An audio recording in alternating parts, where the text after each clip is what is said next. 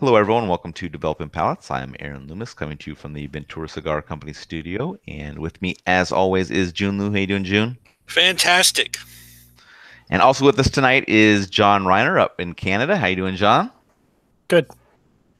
So today we are talking about the Ventura Case Study '05 Toro. The cigar is kind of a Toro Extra, 5 3/4 by 54 ring gauge. Comes out of the Plasencia factory in Nicaragua. The wrapper is Nicaraguan Habano Oscuro. The binder is Mexican San Andres. And the filler is Nicaraguan Habano. Price point is $11, and the cigar was released in July of 2017. So with that out of the way, June, what was your smoking experience like? Flavor-wise, tasty profile.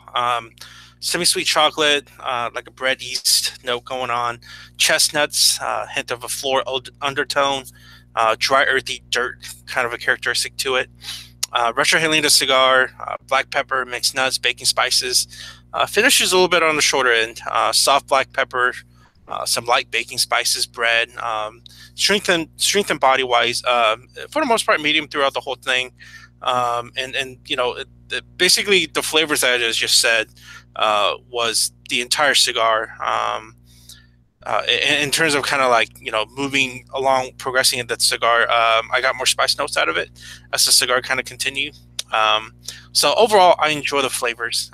In terms of the construction, burn, I rated it good. So that is 2 notches below our perfect score. 2 touch-ups within the first and last third. But I don't really think it, charred up the taste or anything. So really it didn't affect the flavors for me. Other than that, fairly ashy, flaky ashes, 1.5 inch marks, cool burn. So good scores other than that on burn. For the draw, I thought it was perfect. Give me that perfect resistance and airflow and no issues whatsoever. All right, John, what was your smoking experience like? So it started out like a blockbuster, and I have to say, I'm not sure I agree with the ban decision on this cigar because I think the ban maybe belies the price point. It kind of came across as a really kind of a simple, maybe even a house blend type cigar. So when I started it up, I was really surprised at the complexity of flavors: sweet cream, cocoa, rich spices, some pepper, some cedar. I mean, really, it kind of went around the entire flavor map and ticked every single box. And on the retrohale, all those flavors kind of came together in this really rich and intense, sort of medium-ish intensity profile, which was really good. Which is unfortunate because moving into the second third, all of that kind of fell apart for me. All of the sweet cream kind of fell off and got taken over by cedar. Some pepper got introduced that started to take over the post draw, and then the pepper gave way, and there was a really intense leather, like intense, and I mean like you're chewing on a leather saddle, and it kind of ended up coating my palate and really made it difficult to taste post draw nuances after each draw. So I really kind of felt the complexity kind of just went right off a cliff after the first third, which is really surprising to me, and then the last third, when really immediately moving to the last third, I got this sort of intense sour flavor, a lot of bitterness, and the bitterness did eventually give way to sort of a loamy earth, which was not an enjoyable flavor. There was a little bit of post-draw that returned in the last third, but overall, the last third was just not an enjoyable experience for me. How about construction-wise for you? I'd say construction was good. The draw started out perfect. So there was some burn issues, but I kind of have to chalk that up to the environment in which I'm smoking. It was a little bit cold, so that could have affected the burn. In terms of the draw, I would say this is what I would call a absolute perfect, pitch perfect. Like every cigar in the world could be measured by how perfect the draw was. It wasn't too tight, it wasn't too loose. It was exactly as it should be. And every time you draw, you got a really satisfying amount of smoke production. And I think that's really key to making sure that you've got a measured smoking time. And for me, those all hit the mark, which coming out of the Plasencia factory, I guess it shouldn't really be surprising. Right. Yeah, the cigar for me started out with wood and kind of a dynamic baking spice. It was just really like changing kind of ratios and levels in regards to how much or how little of it was there, and I found that interesting. There was also kind of an airy quality to the wood note, which was odd. I don't remember getting that much in a cigar. Second, third was really very similar to the first. I mean, more that kind of airy wood and baking spice going on. Final third, charred, slightly bitter wood, a little bit of muskiness on the retrohale kind of going on.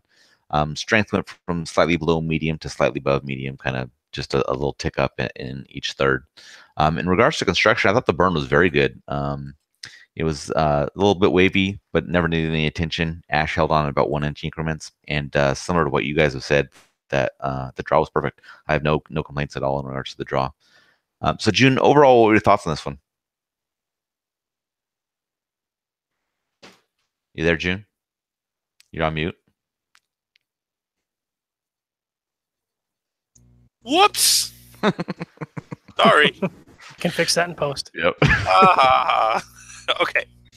Overall, I like the cigar. I mean, I find all the case studies that we reviewed so far and that I've smoked, without review, they're overall good cigars. I mean, there's nothing like extraordinary about it. There's nothing that's super off-putting.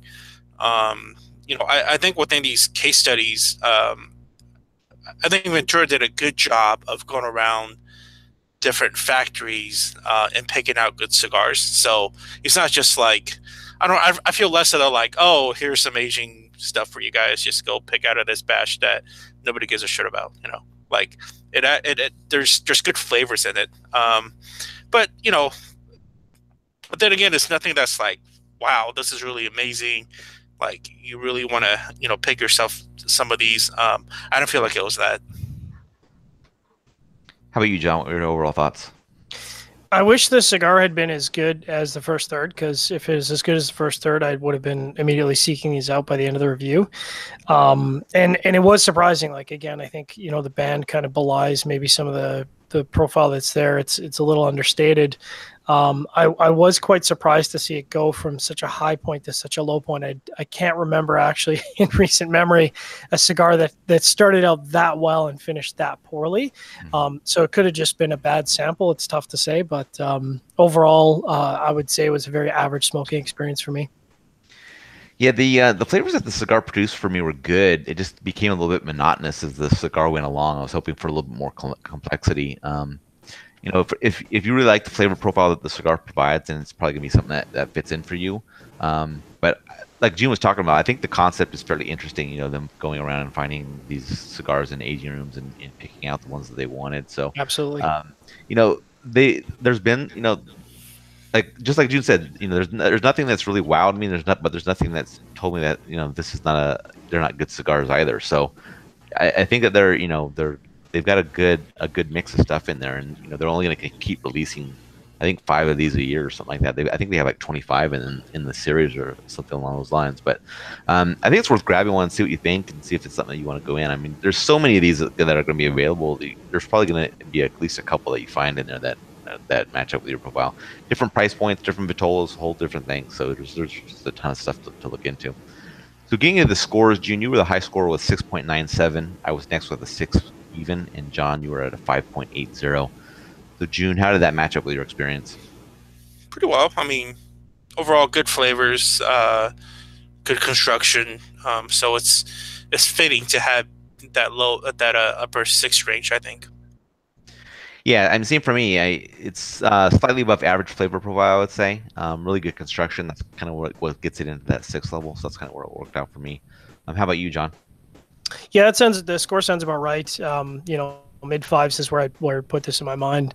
Very average experience. I think if, like I said, the first third had carried through to the remainder, or even been almost as good in the second and third, this would have been a low 7s for me. But as it stands, in the 5s is about right. All right. Any other final thoughts from you guys on this cigar? Yeah. So I don't know. I feel like Ventura and their parent company, is it Philippine Kings? Yeah. Okay. I don't know, man. Like I feel like they are due for something like what Villiger did last year, right?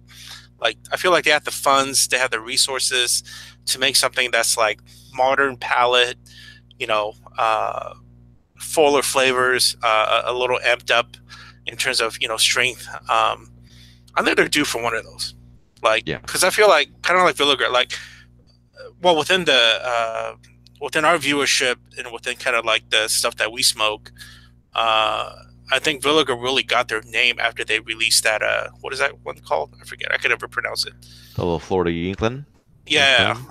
Yeah. And overall, that was a pretty good Grand Slam, and I love to see, Ventura do something like that this year. So. Yep.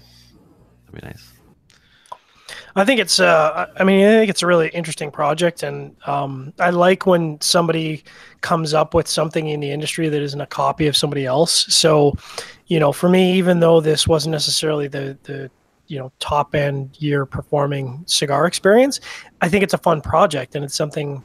If as a consumer, I would pick more of these up. I would pick more of the other case studies up to try them out, because to me, it's a fun experiment. It's a fun experience. And I hope they continue to do that with different factories. I think there's a market for that. And I think they're going to find some consumers that are really having a lot of fun with this.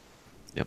Agreed. So I'm curious to see what the batch release for this year looks like in regards to the Vitolas and things like that.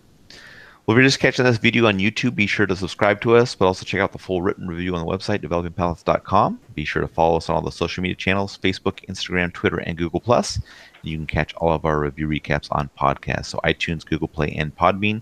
Thank you for tuning in, and we will catch you on the next one.